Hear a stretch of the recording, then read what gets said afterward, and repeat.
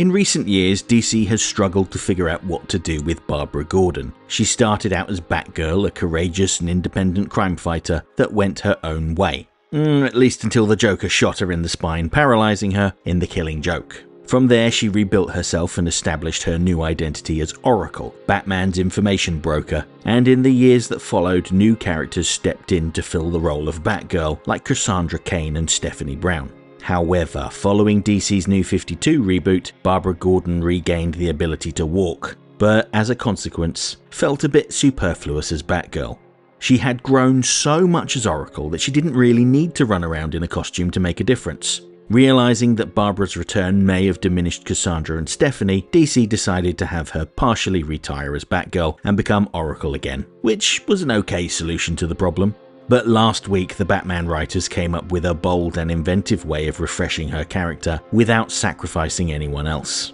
As seen in the pages of Matt Fraction's Batman run, Gotham is currently under the control of Mayor Pamela Isley and Police Commissioner Vandal Savage. Savage is determined to end the Bat family once and for all, and he has unleashed his militarized Tuco squad.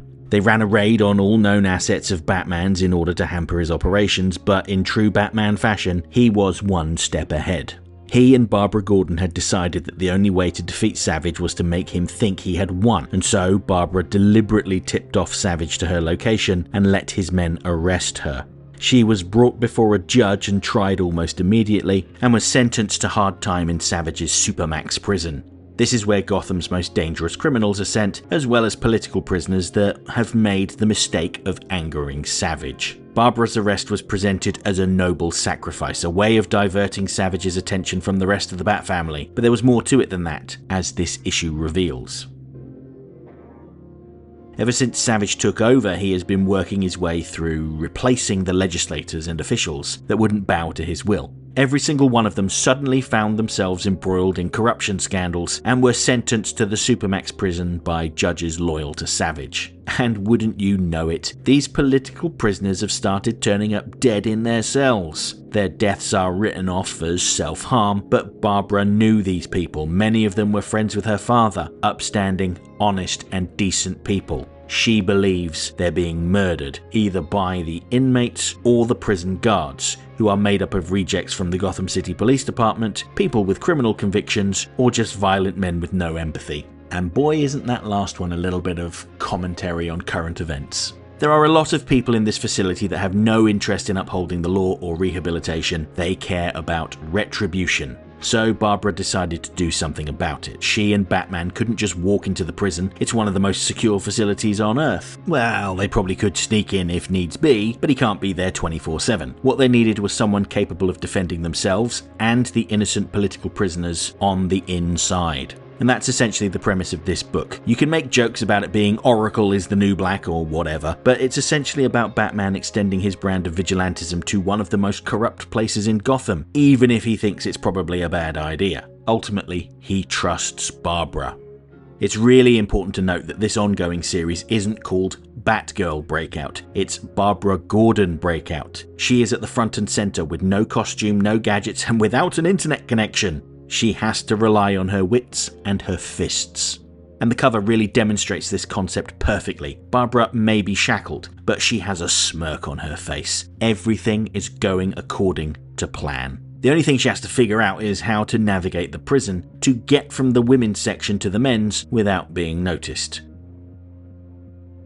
Almost as soon as she arrives, she sees someone being victimized while the guards look on. Now, I don't recognize this woman with the shaved head and the star tattoos, let me know if you do, but she's no match for Barbara. But there is one familiar face here, especially if you read Two-Face Trial Separation. While Barbara chokes out the tattooed lady, Di appears out of nowhere and tries to attack. And I say try because Barbara knocks her off her feet with a swift elbow to the face.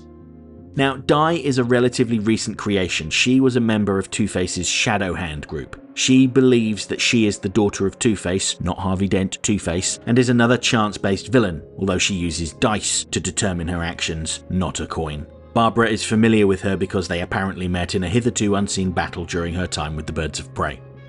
After being dominated, Di issues a warning telling Barbara that she's going to have a hard time in prison without any friends. I wonder if that was a veiled reference to the Birds of Prey, or just a general note about surviving in a harsh environment. Either way, Di doesn't wait long to make her move. She starts a fight with Barbara in the canteen and lets everyone know that she is the daughter of Jim Gordon.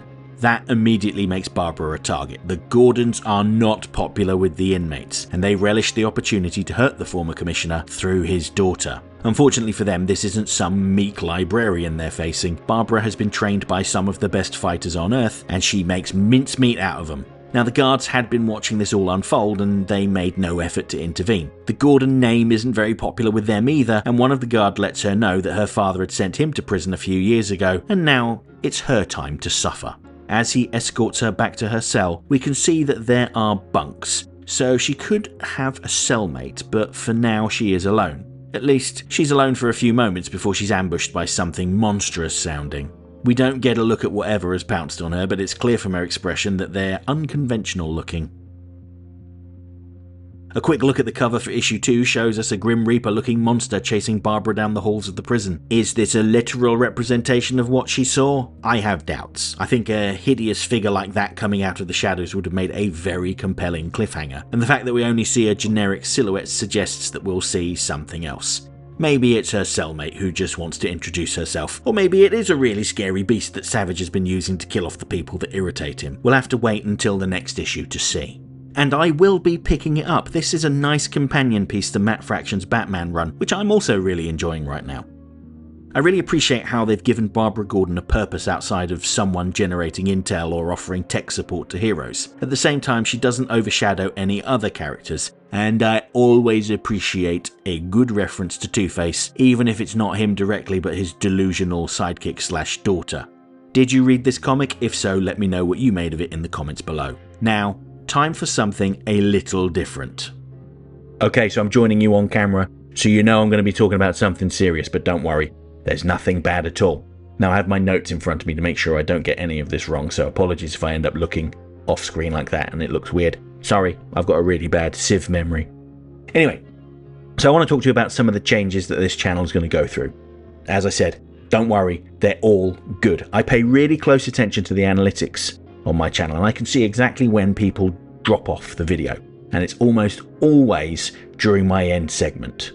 And I'm not going to stop doing them, but I'm going to try and make them a bit more engaging, so you'll have a different one each time. Maybe you'll stick around before hearing about what's coming up next. My usual spiel asking you to consider picking up your comics from a local comic shop remains the same. If you're watching this and you're in the UK, don't have a comic shop near you and want to order them online, hey, consider using my Forbidden Planet affiliate link. Forbidden Planet is the UK's largest comic book retailer. I've included the link in this video's description. If you don't want to buy a load of comics and clutter up your home and then force yourself to get a storage unit like I have, then maybe you might want to try picking them up digitally through places like Amazon or Neon Ichiban. Again, links will be in this video's description. Now, let's talk about these changes. First things first, I am introducing channel memberships, and they will cost £1.99 or whatever it's converted to in your local currency.